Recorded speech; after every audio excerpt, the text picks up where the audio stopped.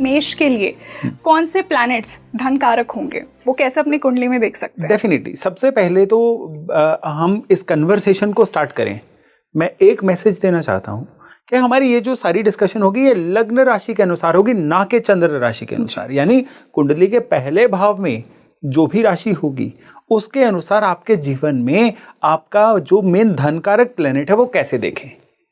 और वही प्लेनेट जो मैं बताऊंगा ना, वही प्लेनेट आपकी अर्निंग कैपेसिटी को भी बताएगा।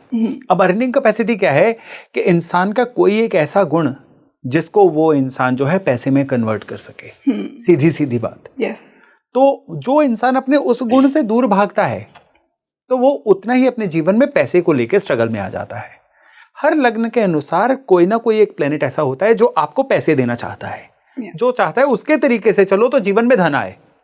अब जब उससे बिल्कुल उल्टा चलोगे ना आप, तो जीवन में पैसे का स्ट्रगल आ जाएगा। बहुत लोग कहते हैं ना, हमारे जीवन में पैसे का स्ट्रगल खत्म ही नहीं हो रहा है, हम दिन रात मेहनत करते हैं, पैसा ही नहीं आता है। तो भाई अपने अर्निंग कैपेसिटी वाले प्लेनेट को पहचानो ना, अपने धन कारक प्लेनेट को पहचानो, उसके अकॉर्डिंग काम करो, जीवन में धन 100% आना शुरू हो जाएगा।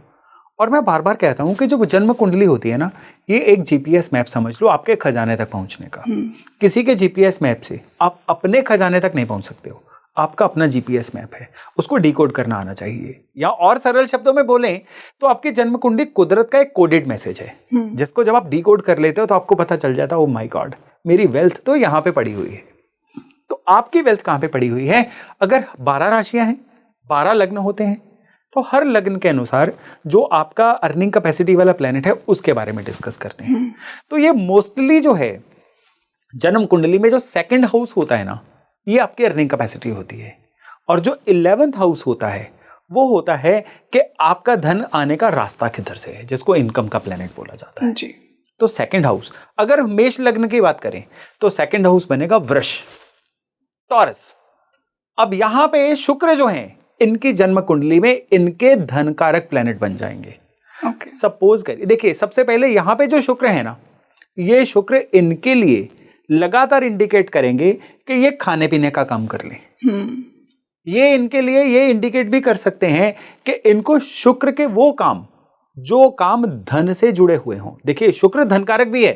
Yes, absolutely. ठीक है। तो किसी भी तरह का ऐसा काम जो फाइनेंशियल सर्विसेज से जुड़ा हो, वो इनके लिए धन कमाने का बहुत बढ़िया जरिया रहेगा।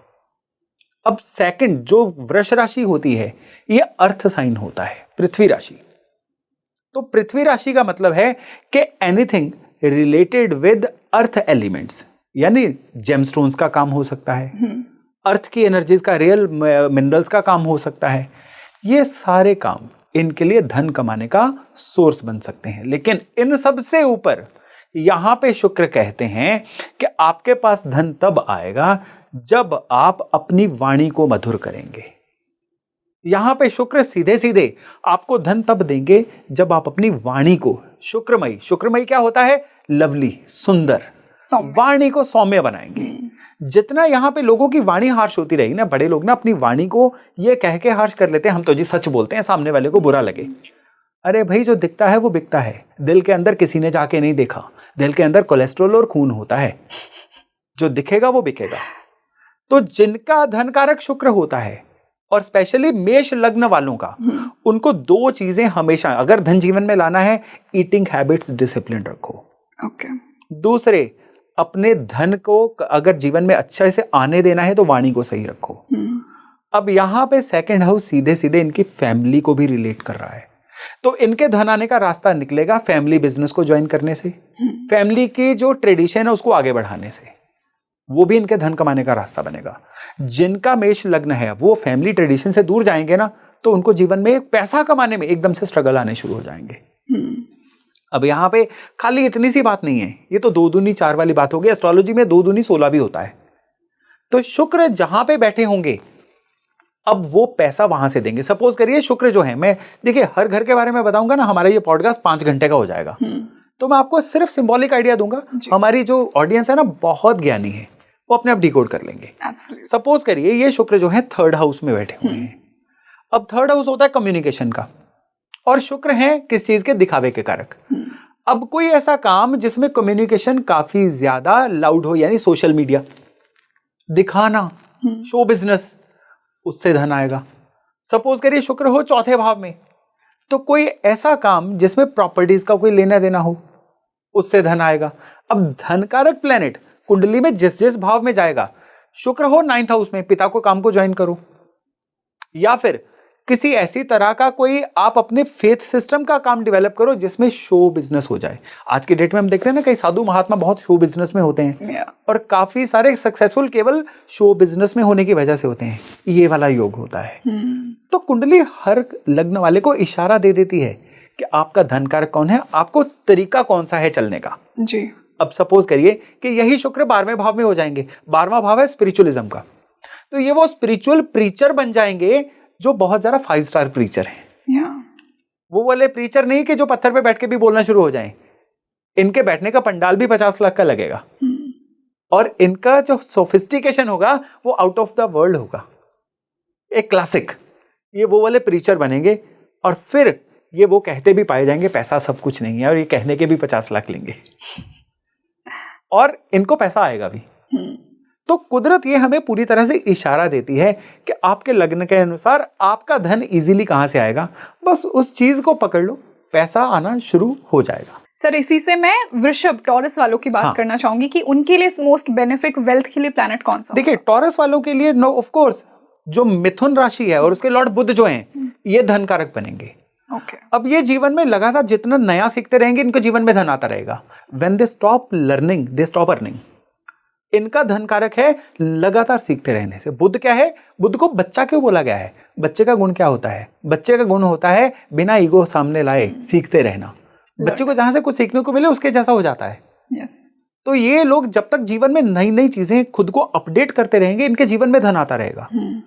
इनके जीवन में धन कमाने का बहुत बड़ा तार जुड़ा हुआ है इनकी कम्युनिकेशंस में। खुद को एक्सप्रेस करना, नए नए लोग अपने सर्कल में ऐड करना और नेटवर्किंग करना। इनकी नेटवर्क इनकी नेटवर्थ होती है। तो जिनका भी वृष लग्न है उनको अपने जीवन में हमेशा लर्निंग रखनी है, नए लोगों से जुड़ना है और सबसे बड़ी बात क्या है, बिना ईगो सामने लाए जीवन में खुद को अपग्रेड करते रहना है। जीवन में कभी धन की कमी नहीं होगी। अब यहां पे बुध जिस भी घर में हो गए, सपोज करिए बुध 7वें भाव में है। 7वां भाव होता है स्पाउस का जी। तो मे बी इनकी स्पाउस इनको सिखाने वाली आ जाए, ये शादी के बाद इनके जीवन में धन आए, ऐसी चीजें होंगी। या सपोज करिए बुध जो है इनके 10वें भाव में है, तो फिर इनका जो कार्य क्षेत्र होगा ना, वो कम्युनिकेशन वाला होगा, वो जर्नलिज्म वाला हो सकता है, वो ऑथर हो सकते हैं, राइटर हो सकते हैं। तो इस तरह से कुंडली जो है पूरी तरह से इशारा दे देती है। सर अब मान लीजिए कि वृषभ लग्न वालों के लिए जो मरकरी आपने बताया कि बेस्ट होता है वेल्थ के लिए, अगर ये मरकरी थोड़ा वीक हुआ तो? देखिए यहाँ पे मरकरी वीक होगा ना वृषभ वालों के लिए, तो ये सबसे पहले क्या करेगा, इंसान इंट्रोवर्ट बन जाएगा। खुद को एक्सप्रेस नहीं कर पाएगा। इसके जीवन में धन का खराबी आनी शुरू होगी इसकी फ्रस्ट्रेशन से, क्योंकि ये खुद को कम्युनिकेट ही नहीं कर पाएगा। मैं जो करना चाह रहा हूं मुझे वो काम नहीं मिल रहा, मैं इंटरव्यू में जाता हूं रिजेक्ट हो जाता हूं, मेरा अपना काम है, ग्राहक मेरी सुनता ही नहीं है, ग्राहक रेट पूछ के चले जाते हैं, माल किसी और से ले लेते हैं। ये वही होते हैं जिनके इस तरह के केसेस में बुध जो है वीक होते हैं।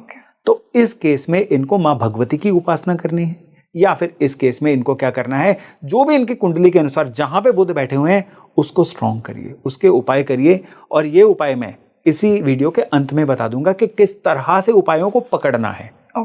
तो उससे पता चल जाएगा कि इस धन लॉर्ड को एक्टिवेट अगर कमजोर है तो किस तरह से करना है।